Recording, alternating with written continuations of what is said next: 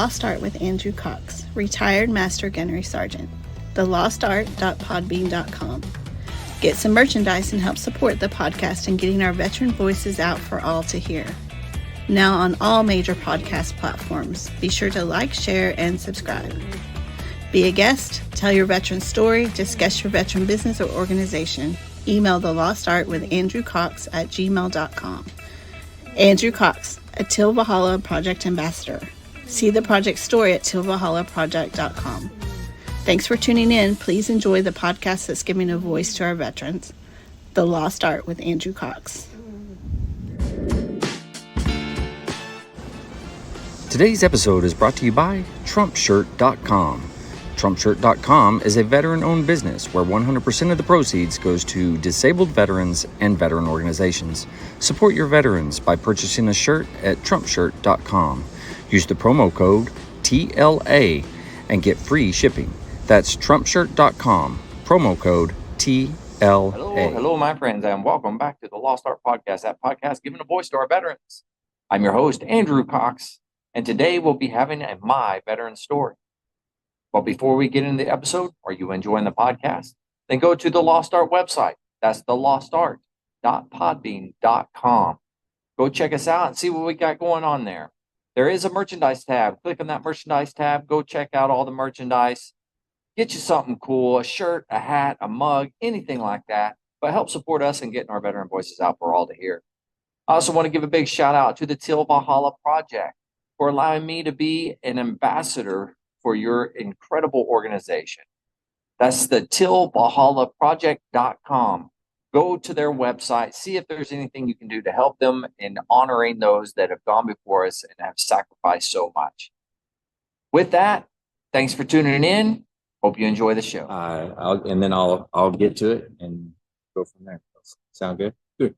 And you were Army? What? Air Force? Oh, yeah, I don't have very many Air Force guys on. Well, here you go. Yeah, this is good. There's another guy here. What is his name? Daniel Cano? What is his name? He has a couple of houses that he helps, like veterans that are on the street or trying to get back into homes and stuff like that. But he has a couple of houses where it's kind of like a starting point for them, and then they eventually go out and get their own place. He has a house here and somewhere else. I can't remember. So we have over 1,400 members. Yeah. Oh, yeah. Wow. Yeah. So, I can understand. Yeah. You're not going to remember them all. Not even close. and that's what I wish I could do better at. Yeah. But memory issues or whatever. I but trying to get the membership to come out, get involved, and I meet folks all the time. Yeah. I'm a member, and that's great. But we're trying to, keep this thing going, alive. Yeah. Do you find that it's mostly older veterans, or is there a good newer veteran, younger crowd? Yeah. So personally, the VFW as a whole. So, but I think it's 1.4 million members, and that's a lot. Mm-hmm. And that's our voice on Capitol Hill for our benefit. And the VFW has done a lot of things along with a lot of other nonprofits here, the PACT Act and working other veteran issues, the other things that are up there now.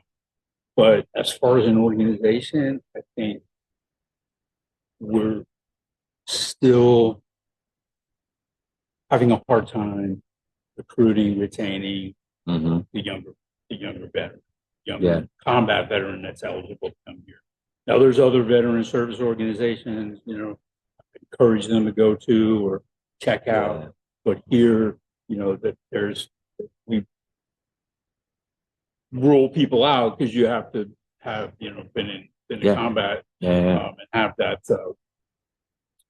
eligibility. But a young 30-year-old, 40, 50, that has family, starting family, do they have the time commitment Yeah. Do they come out to our meetings, to our do our events? It's hard. And, Yeah. I think the mostly Vietnam, post-Vietnam era, those folks did their kind of say their time in the officer and running the post and doing that stuff. And we're unique now that 90% of the leadership is OIF, OEF. Oh, really? Yeah. Wow. So trying to pull folks in. Yeah. But I also, I've been a commander. This will be my second year as commander, but I'm unemployed. I'm not working. Yeah. And this is a full non-paying job. Yeah. And so there's a lot of stuff that goes into it. And the Air Force, didn't give me a degree in running, a canteen operation or thing. So I think we have to recruit young folks, but how and what do we offer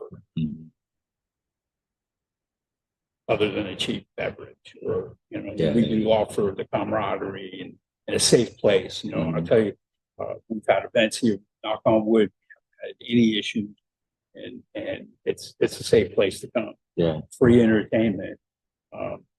Yes, there's parking challenges here, but from New York, anywhere you go, you have to pay. But those, again, were decision points previous leadership made as far as running and not purchasing some property, some things. So how do we deal with it? How do we move forward? And we're not crushing it. Yeah, we're doing okay, staying afloat. But my biggest goal, my first year this year, is really taking care of the community. What do we do for the community? Yeah. Last week, we just had a backpack giveaway, nearly 100 free backpacks. Oh, yeah. The kids going back to school. Right. We try to focus on our district communities, the lower income districts in the city. So we spread the word there. Offer free haircuts. We had barbers donate their time to come here 4 hours. Wow. Cut hair. Our chaplain gave me a little trim, even though it doesn't look like it. But that's what we're about, right? Is giving back. And we have other youth programs.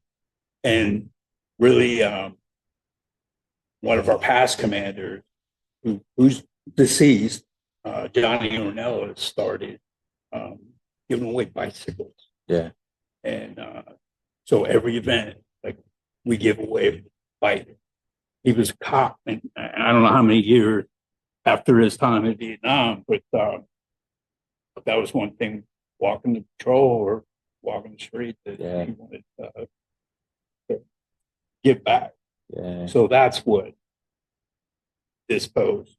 We're the largest, oldest. A lot of people come through, a lot of footprint come through. And we welcome folks, but we also are trying our best to be good stewards of the funds we have, the limited funds, and do some building repairs. Yeah. And as you can see, we're started this week. Yeah.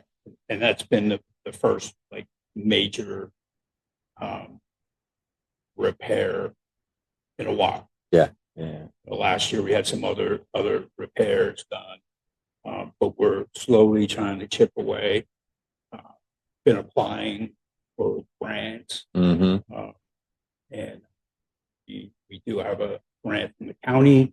Very thankful. We're just trying to wrap that up. The paperwork with that, and you get that taken care of. We're also potentially have a grant,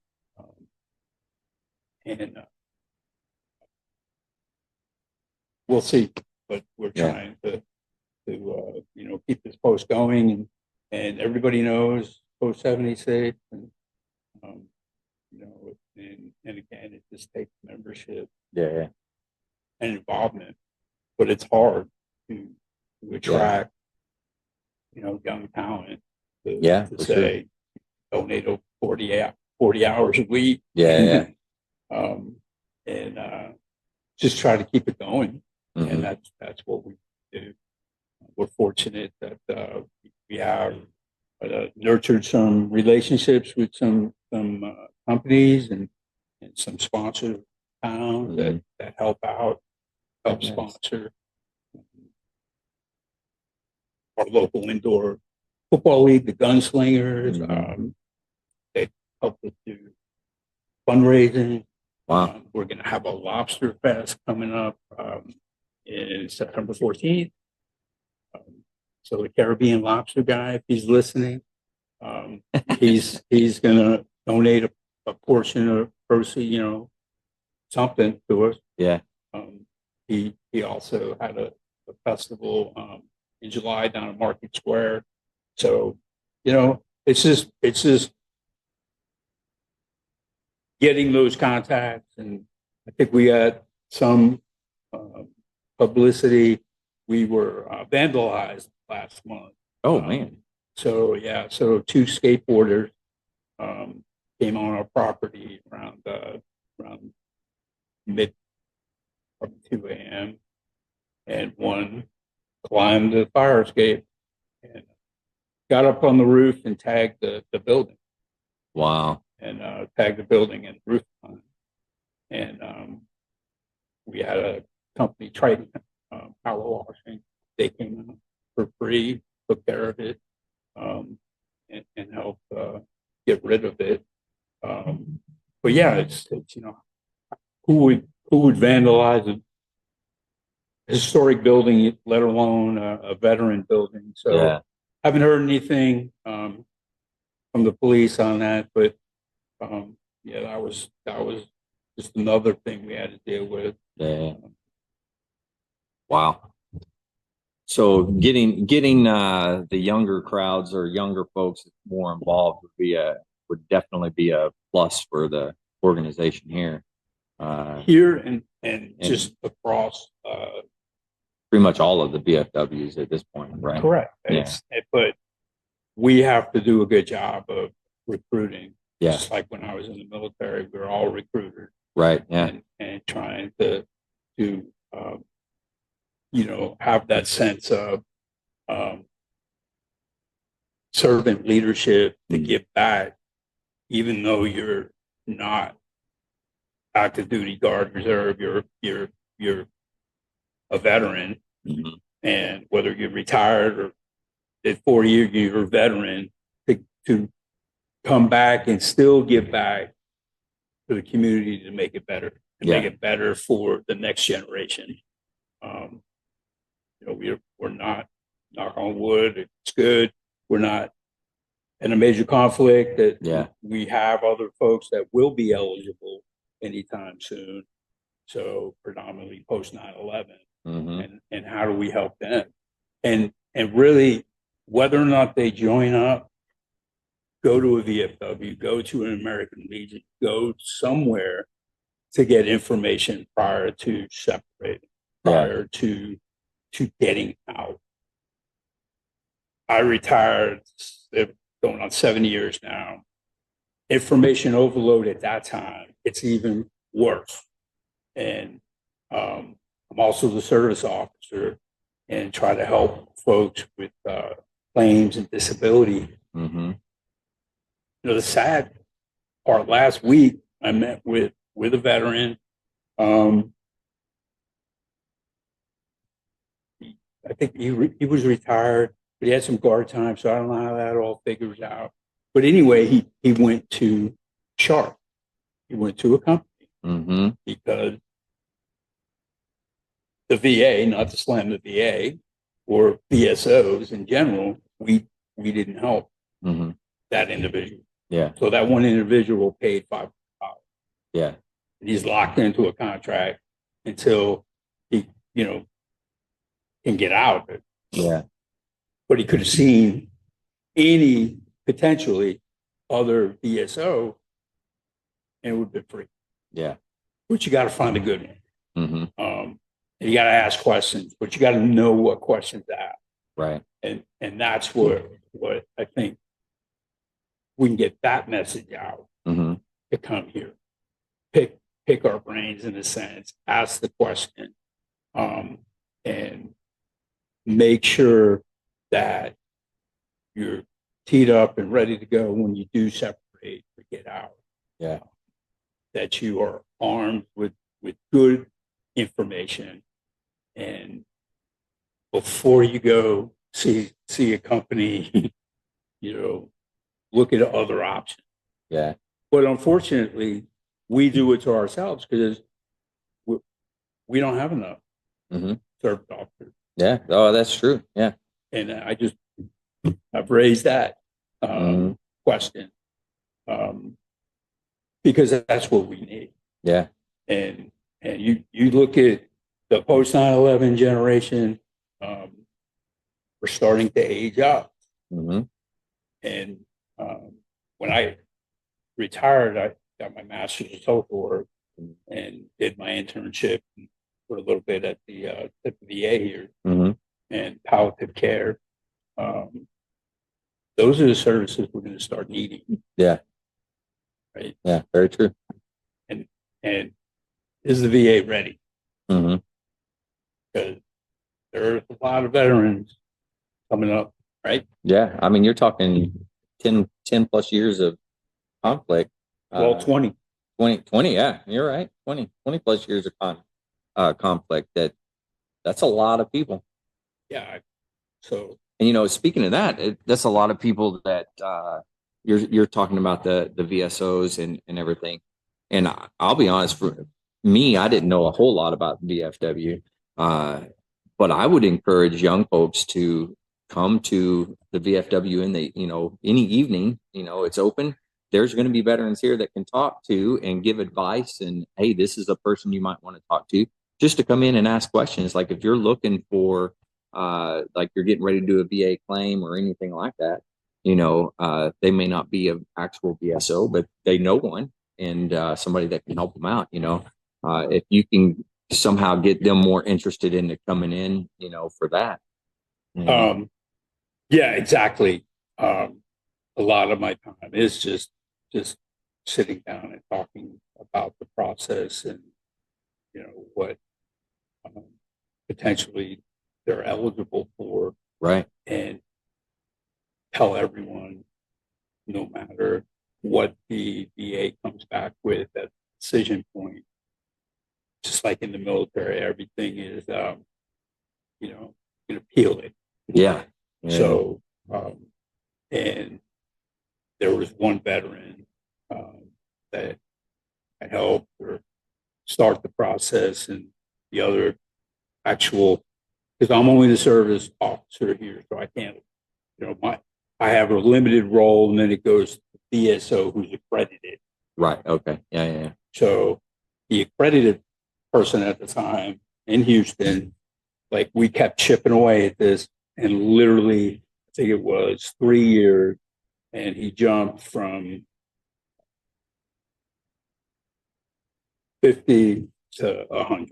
Wow. And but it was helping and keep chipping away at it and figuring out what other things that person could potentially claim. Right. And when I was active duty, I didn't go to the medic. I was a medic myself. We stayed away. So there's a lot of stuff that was never documented, right? And I would say that's a huge part that I've seen, because there's stuff I didn't go in for. I'm just like, it's not a big deal, whatever. And then I get my claim back, and it's like, oh, you can't claim that because it's not service related. No. And and I'm like, well, I'm an idiot. Why didn't I go in and see somebody? But you weren't, and either are any of the others, because it's ingrained in us. Yeah. To do the mission and continue on. Yeah. Dislocated my shoulder, and I kept doing stuff. Yeah. And if you see the medic, or if you're on for Air Force, like flight status or any other special programs, just getting Motrin, you might get the NEF taken off status. So folks are going to stay away. Mm-hmm. And that happens a lot. Yeah. But that's okay.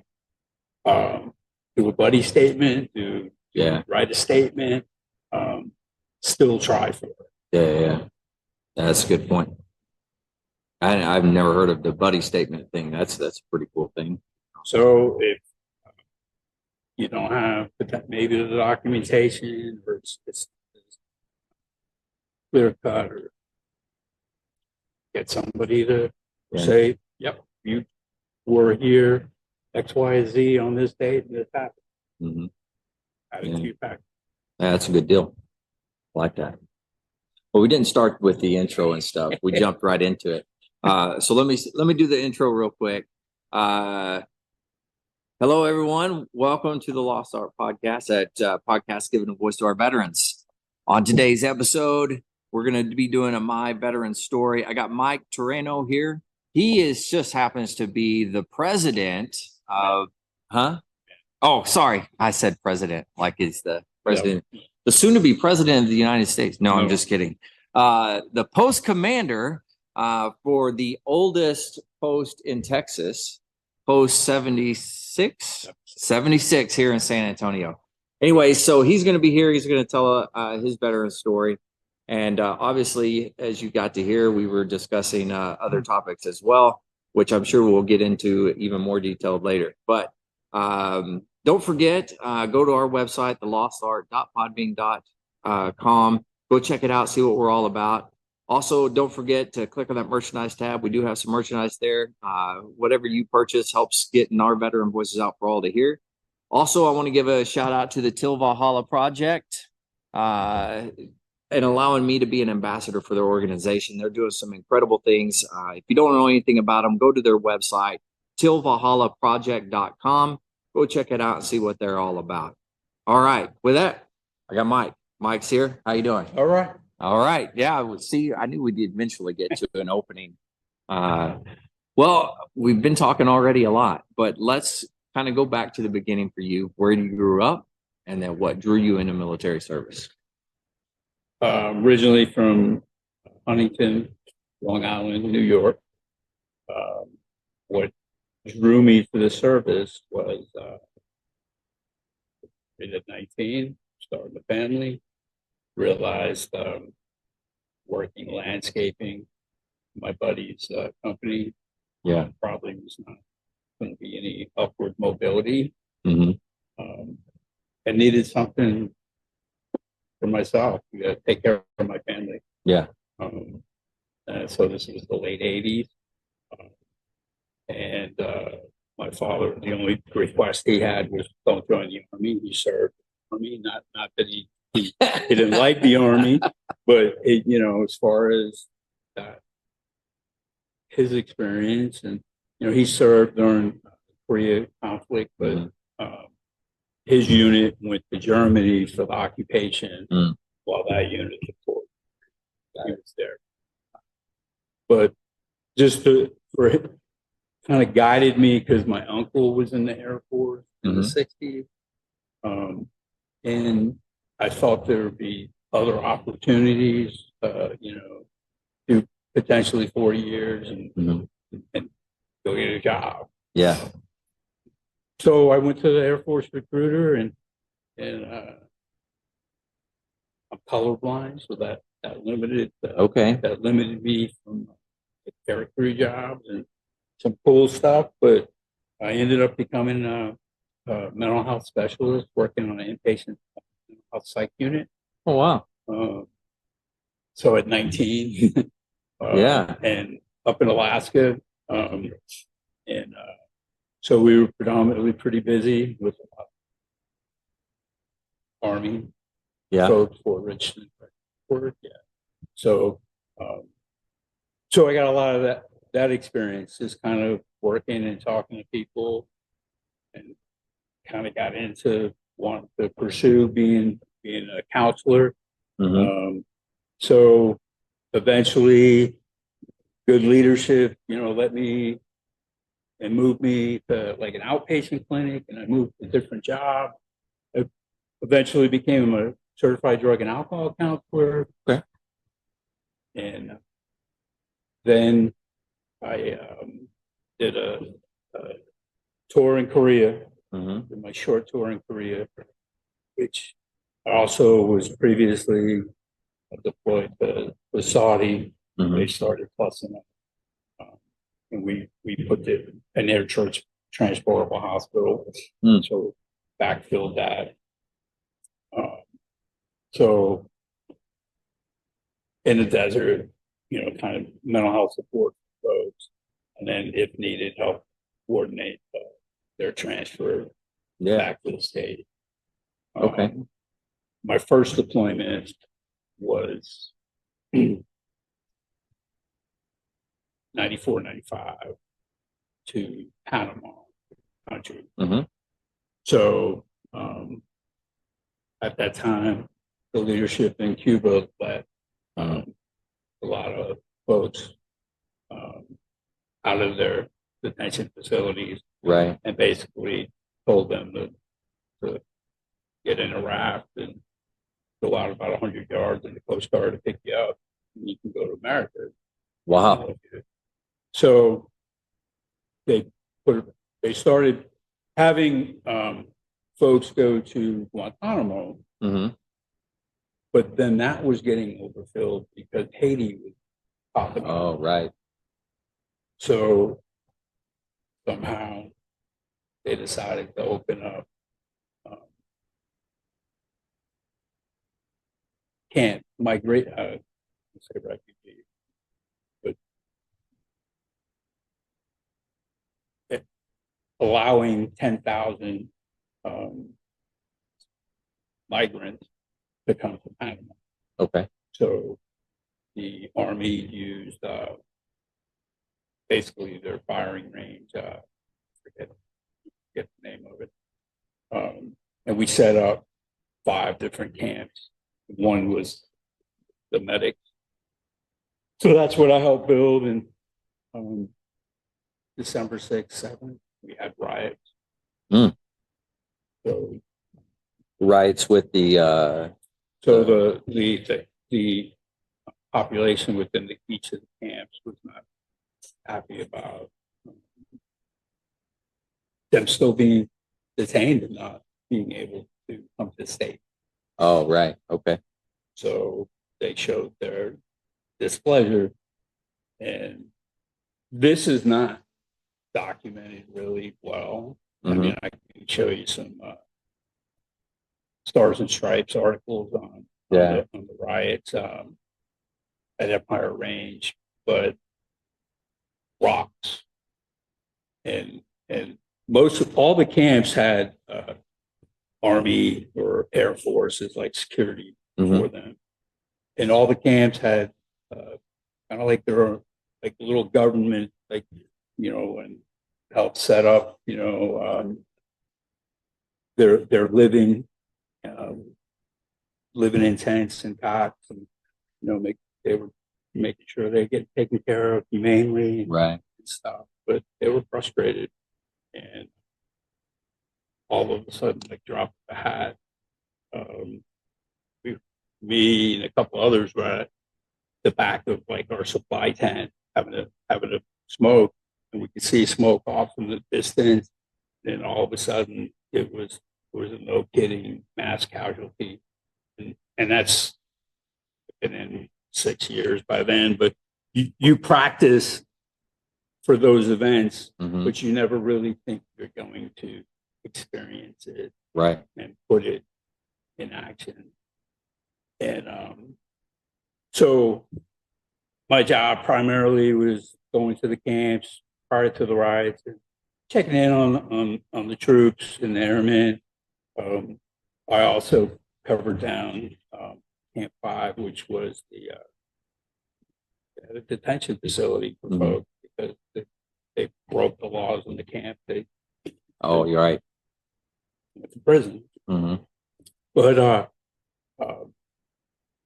me and the captain, because had a Humvee, went down to one of the camps to help bring our own wounded back to the hospital. Did that about 5 trips, Wow.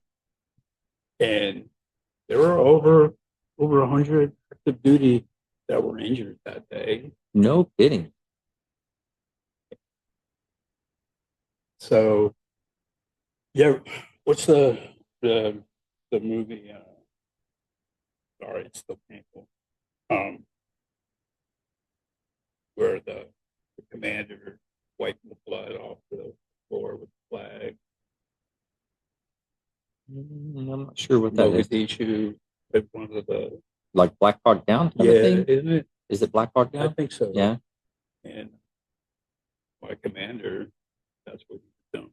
Oh, wow. Not with the flag, but with POW wiping Mhm. down our entrance to the emergency room. I came back at like 8 o'clock at night Wow. to see that, and our psychologist, doing basically self-aid buddy care to both while they're waiting to get triaged, or taking litters and moving folks around. Right. Yeah. So that was unique. And then Haiti simmered down, and the 101st came in Mhm. the next night to squash The the riots. riot. Yeah. So when they did that, then we had another mass casualty because there were now Cubans that were injured Mm. in that endeavor. So we were pretty busy, and not really talked about at all. And that's probably, that's where it started. My PTSD probably Yeah. started, and just never dealt with it for years. And being in the profession, I got to go see somebody. So Yeah. but after that, went to Boyd again a couple years later to Saudi, And what year was that? probably 96, 97. Okay. Saddam was acting up, and they decided to move more personnel, and they reopened the air base there. Okay. So was there for Panama, which was supposed to be like 3 months, Mhm. and ended up being 6. Yeah. So that's all right. And then my Christmas present while I was in the desert was my notice that I was going to remote to Korea. Oh, So kind of got back, and then in process, and then out process, oh, wow. and then went to Korea July of that year. And that was for like what, a 1 year? 12-month tour. Yeah. So actually, that's how I got into the VFW, was in Korea. Outside Osan, there's a post, and they would provide free hot dogs for GIs on Oh, no kidding. Friday night, and go there, just talk. Mhm. And somebody said, "Hey, why don't you join?" I did, and Wow. the next year, I went to Hawaii, which I guess was my reward for the remote. To all the listeners, is what I always say. If you're struggling, you need help, please reach out. The VA does have some great resources. You can always dial 988, press option 1. You can text 838-255, or you can go to veteranscrisisline.net and click on that chat icon. Any of those options are going to be able to put you in contact with somebody that can help you out. But remember, one veteran life loss is one too many. I care about you. I know Mike cares about you. The whole veteran community cares about you. So please reach out for help. All right. Yeah, that's very true. Very much so. We need the crack back code. Yes. Yes. But, and if you're a veteran and you're doing well, don't forget your buddies. call out, reach out to them, ask them how they're doing. And if they do need help, give them a helping hand. So text. Don't text, give them a Sure, call. don't text, Yeah, call. yeah. And I get bad at it, but call. Yeah. Hear that voice. Yeah. Good point. I like it. Cool. Thanks for your time. Yeah, I man. appreciate it, man. All right. To all the listeners, stay motivated, change your socks.